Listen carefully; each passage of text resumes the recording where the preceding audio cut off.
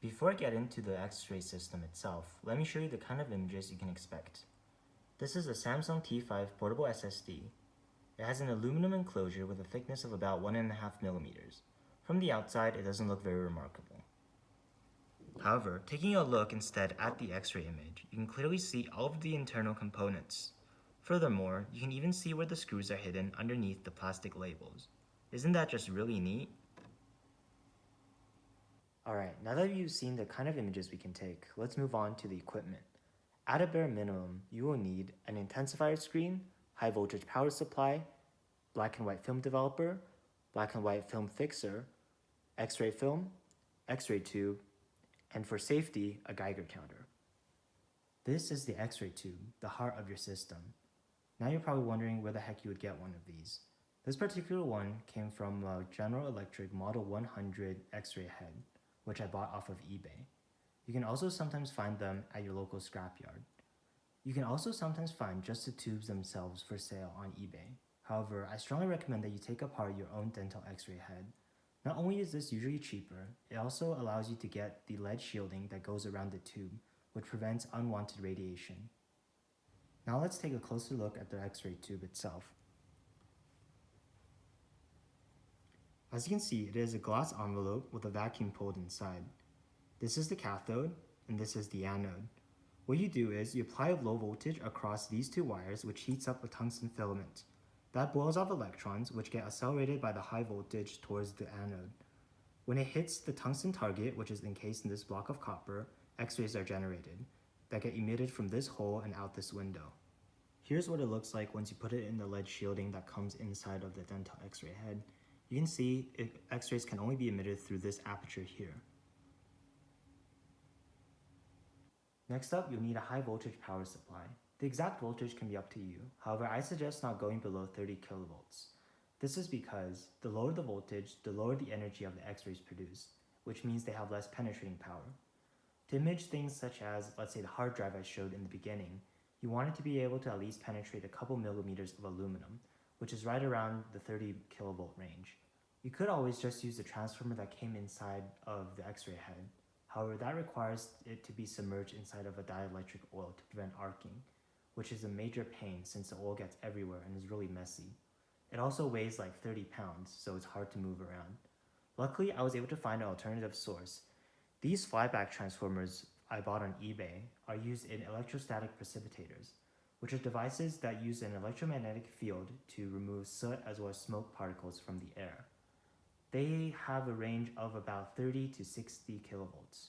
This particular unit goes up to 30 kilovolts.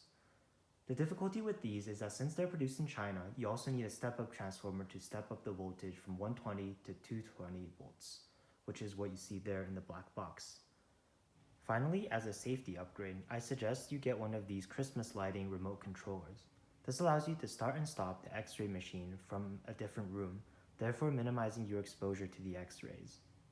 Like I mentioned before, you also need a low voltage source to heat up the filament and boil off the electrons. The best thing I found for this is just two D-cell batteries stacked in series.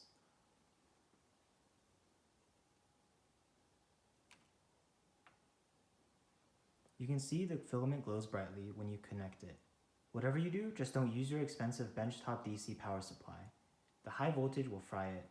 Ask me how I know. To be able to create an image out of the X-rays, you need what is known as an intensifying screen. It's a common misconception that the X-rays themselves are what expose the silver halide emulsion on the film.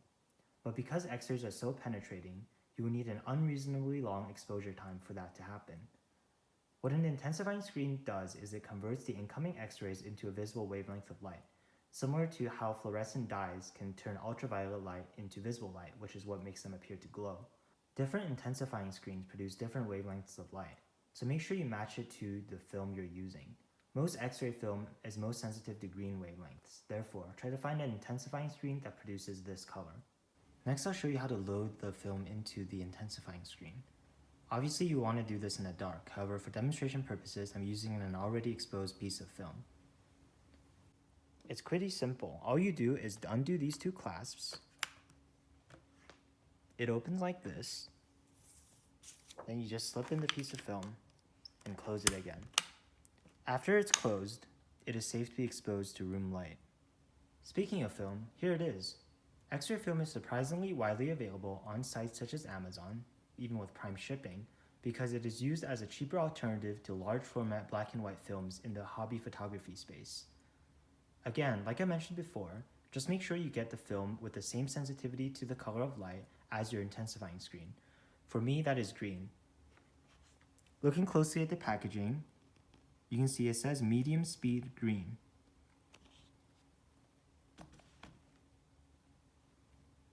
Film is no good if you have no way to develop it. Luckily for us, X-ray film has the same development process as black and white film, such as you would find in the 35mm film camera. I'm using the Xtol developer made by Kodak and sodium thiosulfate as the fixer.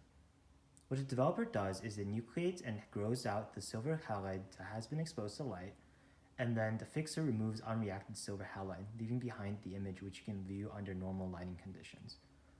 Here's the tray I used for actually developing the film. On the left is the Xtol developer, which I made up according to the instructions on the packet. On the right is the fixer, which is just 150 grams of sodium thiosulfate anhydrous dissolved in a liter of water. The reason I'm using these plastic bags instead of a tray for developing is because the X-ray film has an annoying property where it has emulsion on both sides. This makes it very prone to scratching on the bottom of the trays. For my particular brand of film, I found that 6 minutes in the developer, followed by a quick rinse under running water, then 3 minutes in the fixer, produces the best results. You may have to do a little trial and error depending on your own circumstances, but your timings shouldn't be that much different than mine. Last, but certainly not least, you need a Geiger counter that is capable of detecting X-rays. This is not negotiable. You must at all times be aware of how much radiation you're exposing yourself to. This is one I got a few years ago when I was interested in collecting radioactive materials. It is capable of detecting alpha, beta, gamma, and X-rays. That is thanks to its large 2-inch pancake detector with a mica window. However, you do not need something quite so fancy for X-ray experimentations because they are so penetrating. All you need is one of the cheap detectors you can get on Amazon or eBay, which state that they can detect beta, gamma, and X-rays.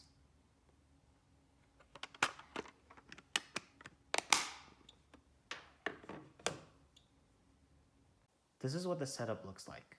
We have the remote control power switch, the step-up transformer, a high voltage power supply, the X-ray tube inside of the lead shielding, which is pointed at the intensifying screen, and finally, the low voltage batteries, which are used to heat up the filament. Here's how to hook up the high voltage and low voltage supplies for your X-ray tube. Make sure the main power is off. Connect the positive to the anode. Connect the negative terminal to the side with the filament. Then hook up your two batteries. It does not matter what the polarity is since it is just a resistive heater.